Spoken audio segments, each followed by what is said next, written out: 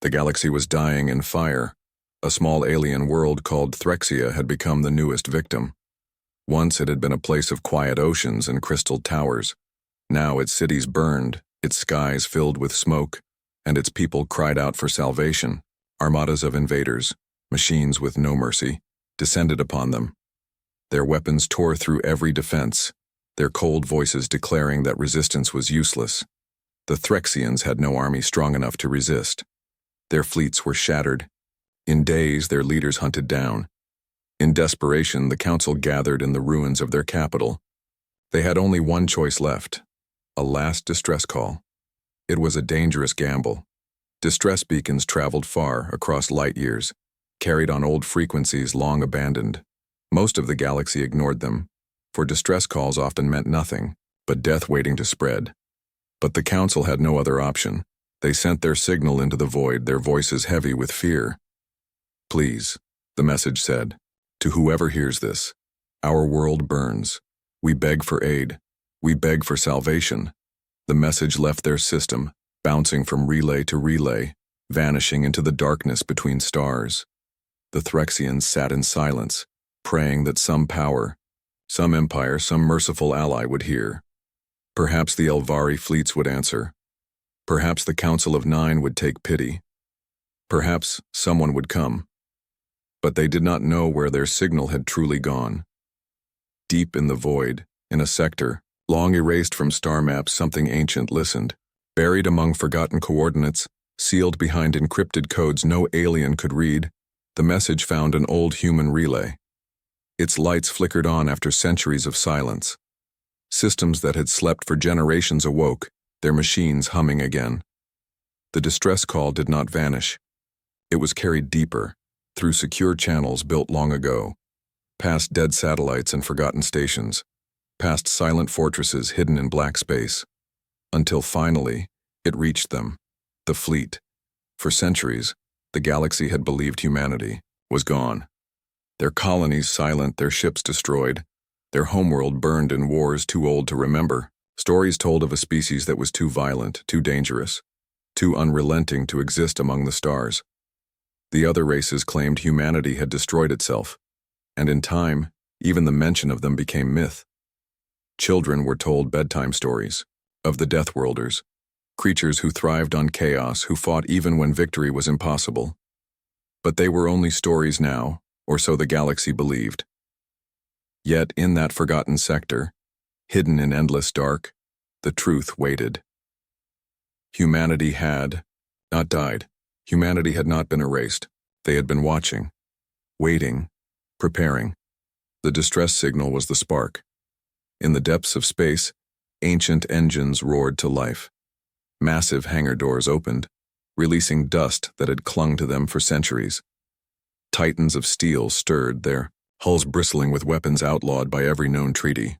Rows of destroyers powered on, their lights flickering, their reactors burning bright once more. Carriers the size of cities rumbled awake, their docking bays full of fighters hungry for war.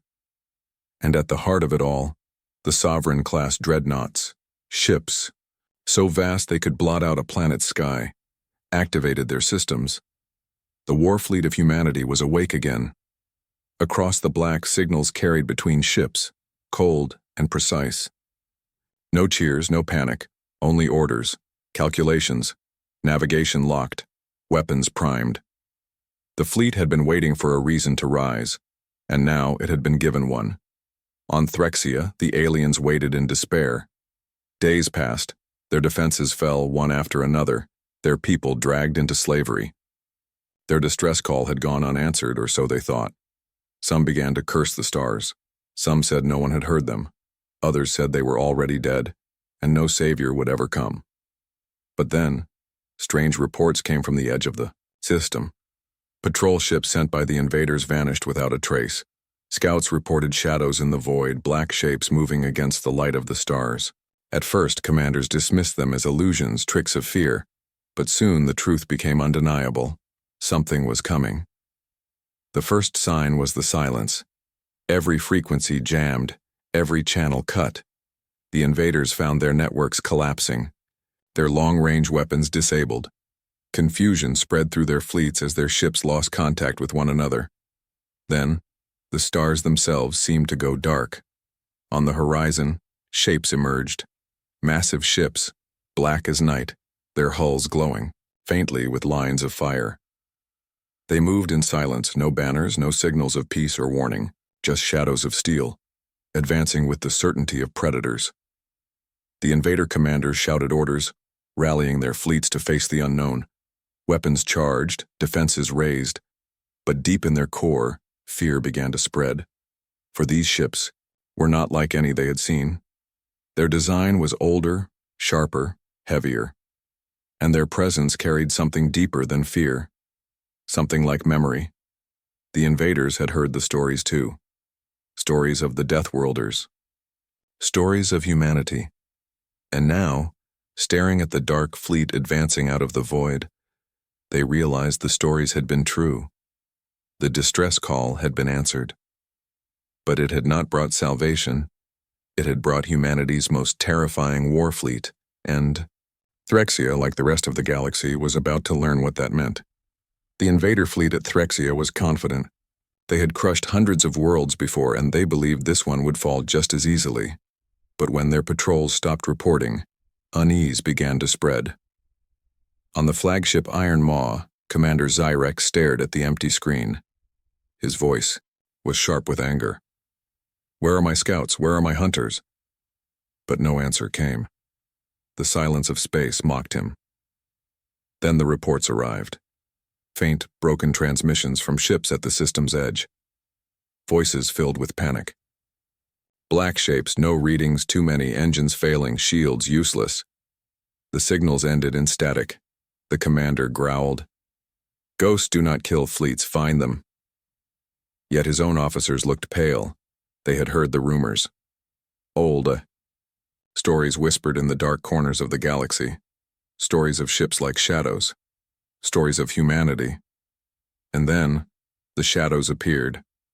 Dozens of massive vessels slid out of the black, their hulls dark and scarred, their outlines jagged like predators, forged from steel. No insignias marked them. No bright lights announced their presence. Only the faint glow of red engines and the shimmer of weapons humming with energy. The invaders froze. For a moment, no one fired. No one moved. They simply stared. The humans broke the silence. A single transmission cut across every frequency, cold and clear. "This is Fleet Sovereign, you called. We answer." The words carried no kindness, no comfort. They were not the words of saviors. They were the words of predators who had finally been given prey. Panic rippled through the invader armada. Some commanders ordered an immediate retreat. Others shouted for attack. Confusion spread as thousands of ships tried to react at once. The first volley of weapons fired. A storm of energy beams and missiles streaked across space. The human fleet did not flinch. Their shields absorbed the fire, their formation unbroken. Then they answered. Beams of pure light cut across the void, faster, sharper, more precise than anything the invaders had ever seen. Ships that had stood unchallenged for centuries split apart in seconds. Carriers burst into fireballs. Battleships were torn in half.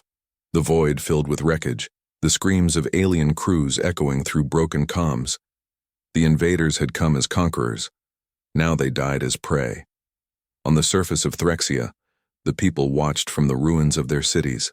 As the skies lit up with war, they saw the black silhouettes of massive human dreadnoughts eclipse the stars, their weapons blazing. They heard the distant thunder of destruction as invader ships rained down in fire. For the first time in months, their despair gave way to something else, fear mixed with awe. "Who are they?" a child whispered, staring at the glowing sky. An elder answered with trembling words. "The Deathworlders." The humans. The name spread like fire among the survivors. Some fell to their knees in prayer. Others trembled, remembering the stories. Humanity was not salvation. Humanity was war. Back in orbit, the invader flagship fought desperately. Commander Zyrek shouted for reinforcements, but none came. Entire fleets scrambled to respond to the sudden attack, yet one by one, they vanished into silence. The human warships hunted them with precision. cutting off their escape routes, striking from angles no alien fleet had ever mastered. The invaders were not just losing, they were being dismantled. Inside the human flagship, Vanguard Eternal, the Yan bridge was calm. No panic, no shouting, only voices cold with discipline. Target locked. Fire. Enemy flagship shields collapsing. Sector 7 secured. At the center sat Admiral Kalen, his eyes sharp, his hands steady. He had waited lifetimes for this. Humanity had hidden too long, bound by treaties they never signed, mocked by enemies who thought them extinct. Now their war fleet roared again, and the galaxy would remember what it meant to awaken Deathworlders. On Threxia, the Council gathered in shock as a message appeared on their screens. A human officer looked at them, her armor dark, her face stern. "You begged for aid," she said flatly. "Aid has come, but understand this. We are not here for mercy. We are here because the call was made. And once the call is made, the fleet answers." The Council stammered, some trying to thank her, others too afraid to speak. But the message ended before they could respond. The humans were not interested in gratitude. They were already moving to the next target. Across the stars, whispers spread faster than ships could fly. Reports of black fleets tearing through invader armadas. Whole systems saved, yet left trembling under the shadow of humanity's return. Merchants carried the stories. Refugees repeated them with shaking voices. Soldiers told them in hushed tones, "The humans are back. Their fleet moves again. Pray, they do not hear your call." The galaxy's rulers watched in terror. Old enemies who had once celebrated humanity's disappearance now scrambled to prepare. The humans had been silent for centuries. If this was their return, then no empire was safe. And still, the human fleet pressed forward, silent, relentless, unstoppable. The distress call from Threxia had not brought salvation. It had brought the one force the galaxy had sworn would never rise again.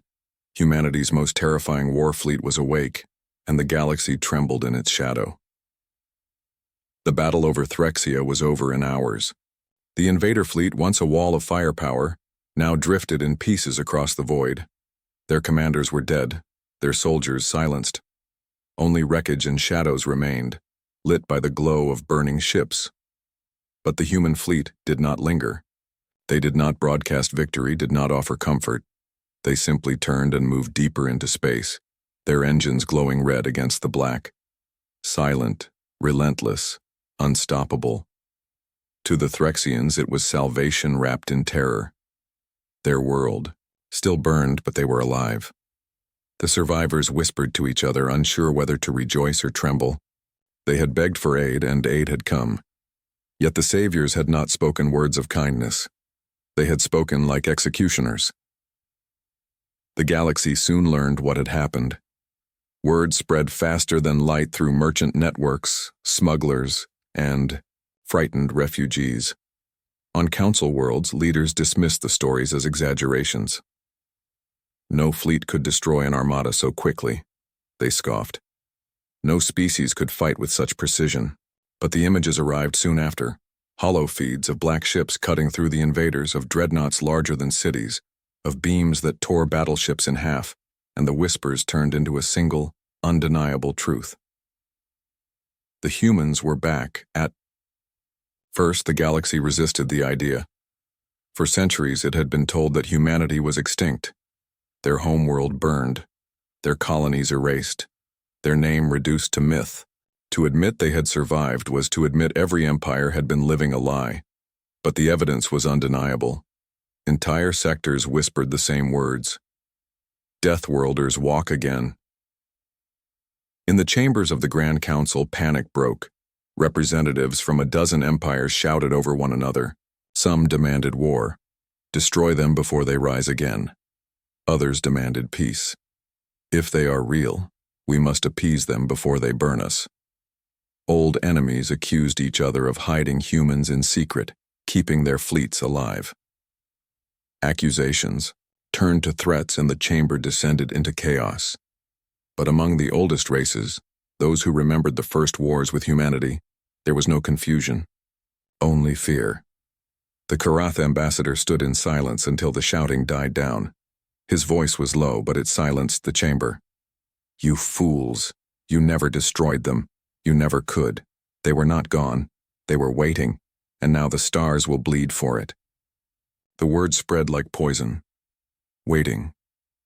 The idea that humans had hidden, not vanished, struck terror into every empire. If they had survived in silence for centuries, what else had they built in the shadows? In the far reaches of space, answers began to appear. Mining colonies reported strange encounters, black ships stripping resources from asteroids, their human crews silent, efficient, unstoppable.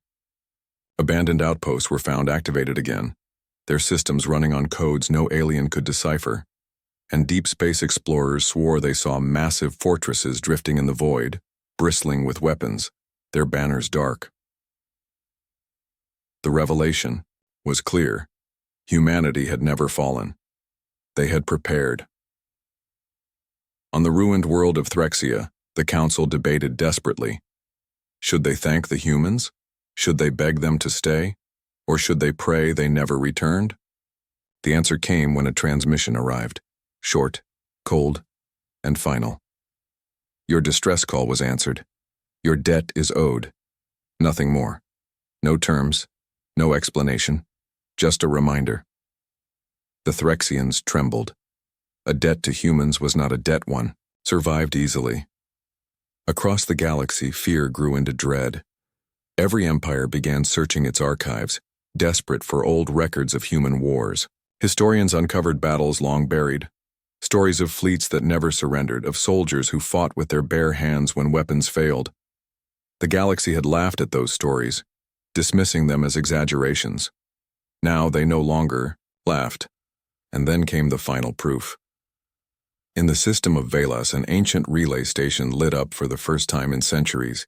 Its message pulsed across every channel, impossible to block, impossible to ignore. It was not in any alien language. It was in human code. The message was short, but it chilled every species who heard it. "We are awake." The Velas relay was destroyed minutes later, reduced to dust by unknown fire. But the words had already spread. Empires that once mocked humans now scrambled to prepare. Fleets were recalled. Armies were raised. Fortresses were fortified. Yet deep in their hearts they all knew it would not matter. If humanity had survived in silence, if they had built fleets so vast and powerful, then no empire stood a chance. On hidden worlds, old veterans whispered to young soldiers, "You do not understand. Humans do not fight for victory. They fight for survival. And when they fight for survival, they cannot be stopped." The galaxy was trembling, but the humans were not done. Their fleets moved system by system, silent and methodical. They did not claim worlds, did not enslave populations. They simply destroyed the invaders wherever they found them, leaving silence in their wake. But to the empires, that silence was worse than conquest. It meant the humans were choosing their battles, shaping the war to their design. In the grand halls of power, leaders asked the same question again and again. Why now? Why had humanity returned? The answer was whispered by those who understood the old ways, because the galaxy had begged for aid, because the signal had been sent, and once the signal was sent, humanity's fleet would always answer. The galaxy had hoped the reports were lies, exaggerations of frightened survivors. But when the human fleet moved beyond Threxia, there was no more doubt. Entire star systems lit up with fire. Invader fleets that once roamed freely were erased in hours. Their ships were torn apart with surgical precision, their commanders silenced, before they could even raise alarms. The humans did not announce their battles. They did not send warnings. They arrived in silence, struck like lightning, and vanished back into the void. For the first time in centuries, the predators of the galaxy had become prey. On the bridge of the human dreadnought Vanguard Eternal, Admiral Kalen watched the chaos unfold with cold eyes. He gave no speeches, offered no words of glory. His voice was calm, each order sharp and measured. Target the flagship. Eliminate the engines first. Cut their formation. Leave no survivors. Execute pattern black. Hunt the stragglers. The fleet obeyed without hesitation. Ships moved with mechanical precision, weaving between enemy fire as if guided by instinct. Every strike hit its mark. Every movement carried purpose. To alien eyes, it looked less like war and more like a predator's hunt. On the world of Draxus, the invaders thought they were safe behind planetary shields. Their fleet circled above, their weapons locked, their leaders laughing at the stories of human return. But when the human fleet arrived, their laughter turned to screams. The first shot shattered their shield generators from orbit, the second burned their fleets in the sky, and the third silenced their capital, leaving nothing but fire and silence. The survivors crawled from the ruins, whispering one word over and over again: humans. Across the galaxy, panic spread. Councils called emergency meetings trying to decide whether to fight or hide. Some argued for diplomacy. Send envoys, they pleaded. Offer peace. Offer alliance. But others knew better. Humans did not come for talks. Humans came for survival, and survival to them meant dominance. On one council world, an old general slammed his claw against the table. "You do not understand," he growled. "You cannot reason with them. When humans return, they return as war. It is who they are." The chamber fell silent. None could argue. The invaders who had once enslaved worlds now fled before the Black Fleet. Their armadas scattered, their supply lines cut. But running only made them easier prey. The humans chased them across the stars, their dreadnoughts closing in with engines like burning suns. Entire systems were cleansed in silence, left with nothing but drifting wreckage and a single message carved into the void. Call answered. The message appeared again and again, on destroyed fleets, on broken stations, on worlds reduced to ash. It was not a threat, it was not a promise, it was a statement of fact.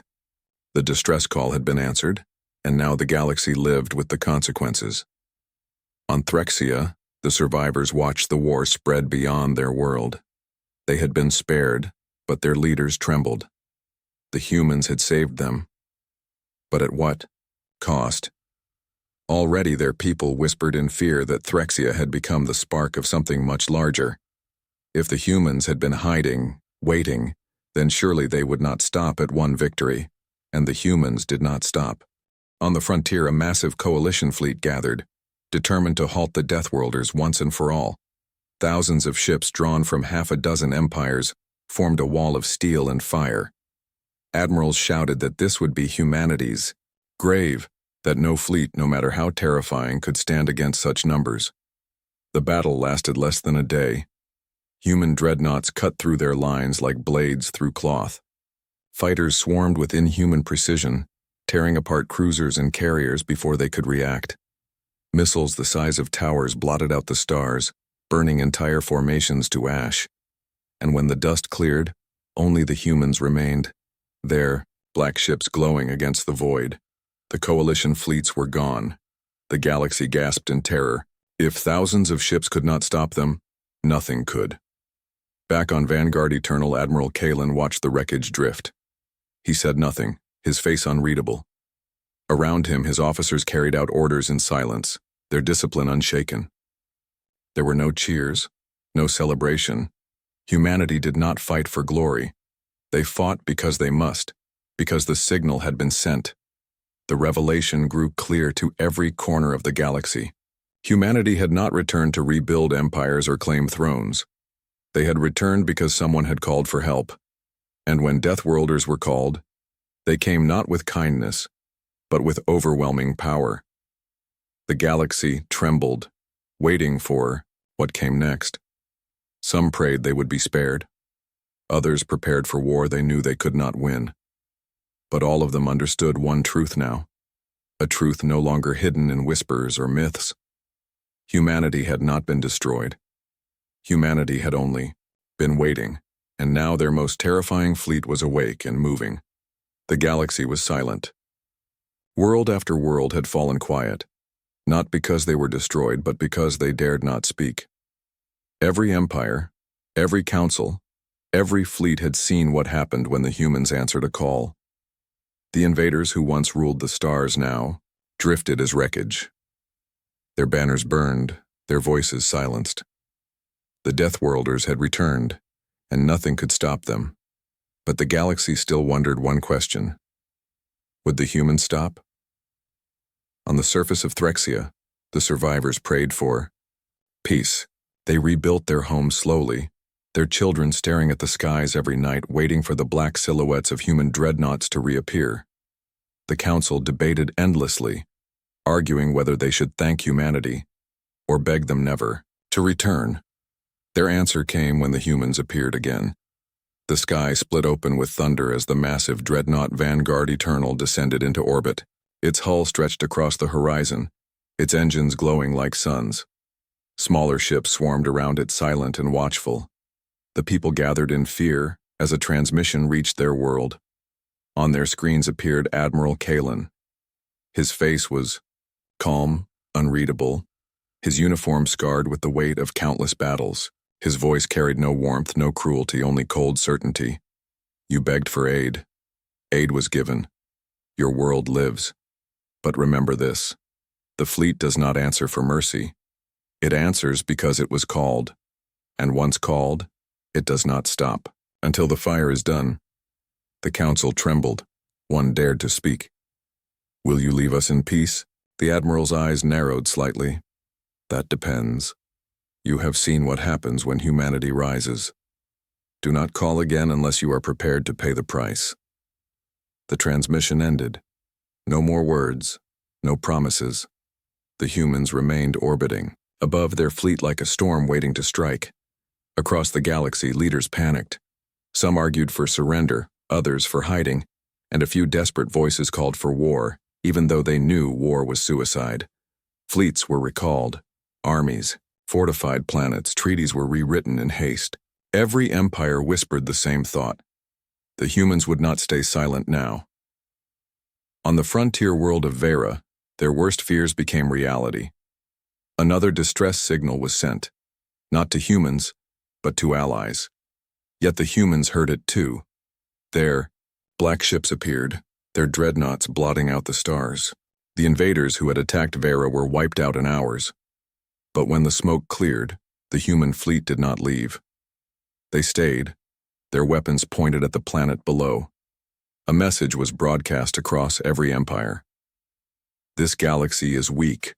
You call for aid because you cannot survive on your own. Humanity has returned. We will decide what survives and what does not. The galaxy shook in terror. For centuries they had feared the Deathworlders. For centuries they had comforted themselves with the lie of human extinction. Now the lie was shattered, and the truth was worse than any nightmare. In secret, the oldest of the elders confessed the truth to their people. This was always our fate. We built our empires on the silence of humans. We thought them gone. But humanity never disappears. They wait. And when they return, the stars burn. Meanwhile, inside the Vanguard Eternal, Admiral Kalen stood before a massive display. It showed the galaxy, countless stars burning red. Around him, his officers moved like shadows, their voices calm, their eyes cold. One officer asked, "What is our next target?" Kalen's answer was simple. "The signal has not ended. Until it does, neither do we." The fleet roared forward, again their engines tearing through the void. Wherever they went, silence followed. Invader fleets were crushed, worlds were shaken, empires bent under their shadow. Humanity did not fight for land or resources. They fought because the call had awakened them, and once awake, they would not rest. In the dark halls of alien councils, leaders whispered in despair. We should have left them buried. We should never have called. But it was too late. The last act came weeks later, in the heart of the core itself.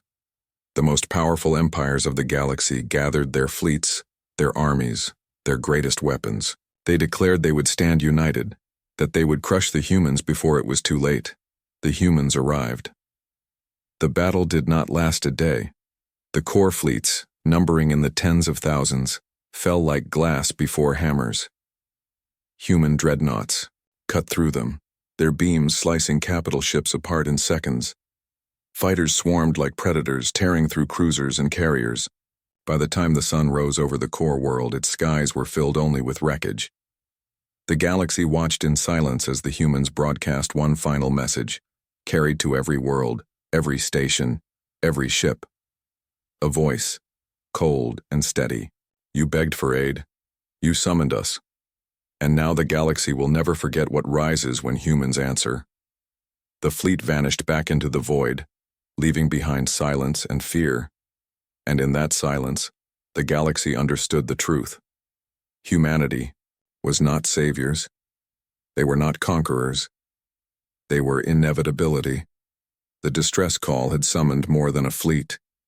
It had summoned a reminder of why Deathworlders were feared, and the stars would never stop trembling.